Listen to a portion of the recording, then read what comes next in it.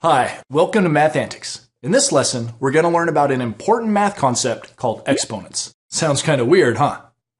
Indeed it does, my good man. And I'm afraid it's because you're pronouncing exponents incorrectly. The proper pronunciation is indices. Indices. Oh yeah, that's right. In a lot of countries, exponents are called indices. But the good news is that the concept is the same no matter what term is used. And since I'm usually an American, I'll usually use the term exponents in this video. But I'll occasionally point out the other terminology too. Sound good to you? Jolly good, sir. Toodle pip. Alright then. But what are exponents, or indices? Well, just like the four main arithmetic operations that we use in math, exponents are a type of math operation. They tell us what to do with numbers. Okay, but what do they tell us to do? Exponents tell us to take a number and multiply it by itself a certain number of times. In other words, exponents are basically repeated multiplication. To help you understand what I mean, let's review multiplication for just a second. Do you remember how multiplication is basically repeated addition? For example, 2 times 4 is a shorthand way of writing 2 plus 2 plus 2 plus 2. It's the same as 4 2's being added together, which equals a total of 8. Now, let's compare that to a similar exponent. Yep, that's an exponent. And in a minute, we'll talk about why it looks like that and why the numbers are different sizes. But for now, you just need to know that this exponent tells us to take the number 2 and multiply it 4 times. In other words, you would take 4 2's and multiply them together. 2 times 2 times 2 times 2, which would equal 16. So, multiplication shows repeated addition, and exponents show repeated multiplication. And we'll see more examples of how exponents work in a minute. But first, let's talk a little bit about why exponents look the way they do. Exponents involve 2 numbers. The first number is the one that gets multiplied repeatedly a certain number of times. And it's written full size, and it's called the base. The second number tells us how many times to multiply the base together. It's written much smaller and up at the top of the line like this.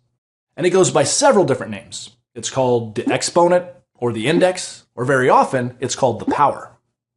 For example, this exponent would usually be read 2 to the 4th power, or just 2 to the 4th for short. And this exponent would be read 3 to the 5th power, or just 3 to the 5th.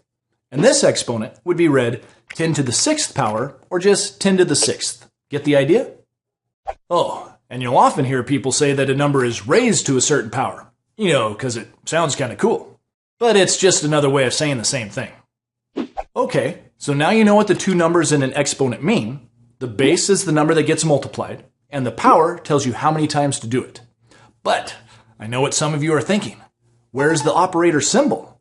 If exponents are math operations, don't we need a symbol that goes between them, like there is with multiplication and the other arithmetic operations? Well, yes and no. Most of the time, we don't need a special operation symbol because of the way the numbers are written.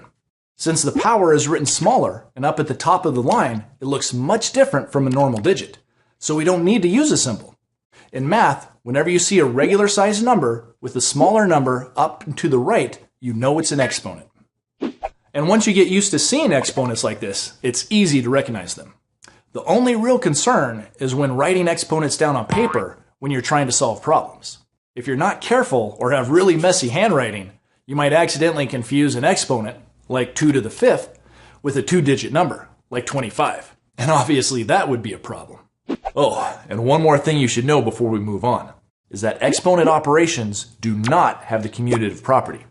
In other words, you can't switch the order of the numbers without getting a different answer.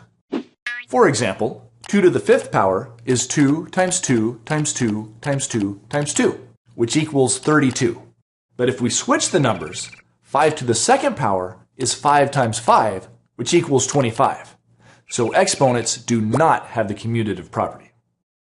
Okay, now that you know what exponents are, or indices if you prefer, and you know how they're written, it's time to talk about how they're used in math. As I mentioned earlier, exponents are a way of doing repeated multiplication. 3 to the 2nd power is the same as 3 times 3. 3 to the 3rd power is the same as 3 times 3 times 3.